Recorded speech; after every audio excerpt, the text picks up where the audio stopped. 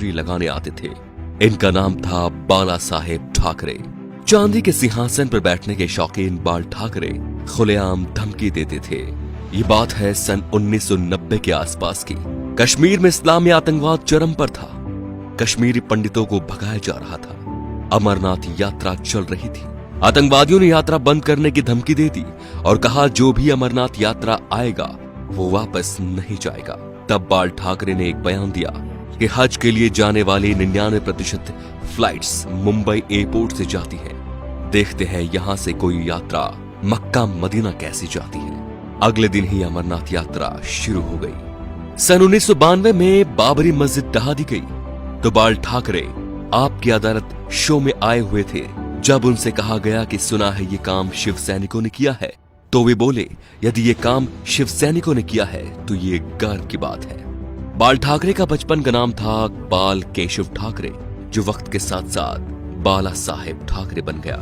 1980 के दशक में बाला साहब ठाकरे ने मुसलमानों के बारे में कहा कि ये कैंसर की तरह फैल रहे हैं और देश को इनसे बचना चाहिए। 1950 के आसपास टाइम्स ऑफ इंडिया के संडे एडिशन में इन्हीं के कार्टून छपते थे। इन्होंने 1960 में ये नौकरी छोड़ दी थी। बाल ठाकरे को हिंदू हृदय सम्राट कहा जाता था। उनका मोदी की तरह बिना देखे भाषण देना लोगों के मन को भा गया। उन्हें सुनने के लिए लाखों की भीड़ एकजुट हो गई थी। बाल ठाकरे जब किसी का विरोध करते थे तो दुश्मनों की तरह, और जब तारीफ करते थे तो ऐसे कि जैसे उनसे बड़ा कोई मित्र नहीं। 19 जून 1966 को बाल ठाकरे ने शिवाजी पार्क में नारियल फोड़कर अपने दोस्तों के साथ पार्टी बनाई, शिवसेना, जो आज भी चल रही है। बाल ठाकरे की एक खास बात थी कि वो कभी किसी से मिलने नहीं गए। बड़े बड़े बॉलीवुड एक्टर बियर पीने और उनसे मिलने उनके घर आते थे, जैसे नरेंद्र मोदी, माइकल जैक्सन। बाल ठाकरे के कुछ स्पेशल शौक थे, सिगार, व्हाइट वाइन एक्सेट्रा। ज्यादातर लोग फोटो या इंटरव्यू में उनके हाथ में पाइप या सिगार होती थी। 1999 में बाल ठाकरे पर 6 साल तक वोट डालने और चुनाव लड़ने पर बैन लगा था, लेकिन बाल ठाकरे ने अपने जीवन में कभी चुनाव नहीं लड़ा।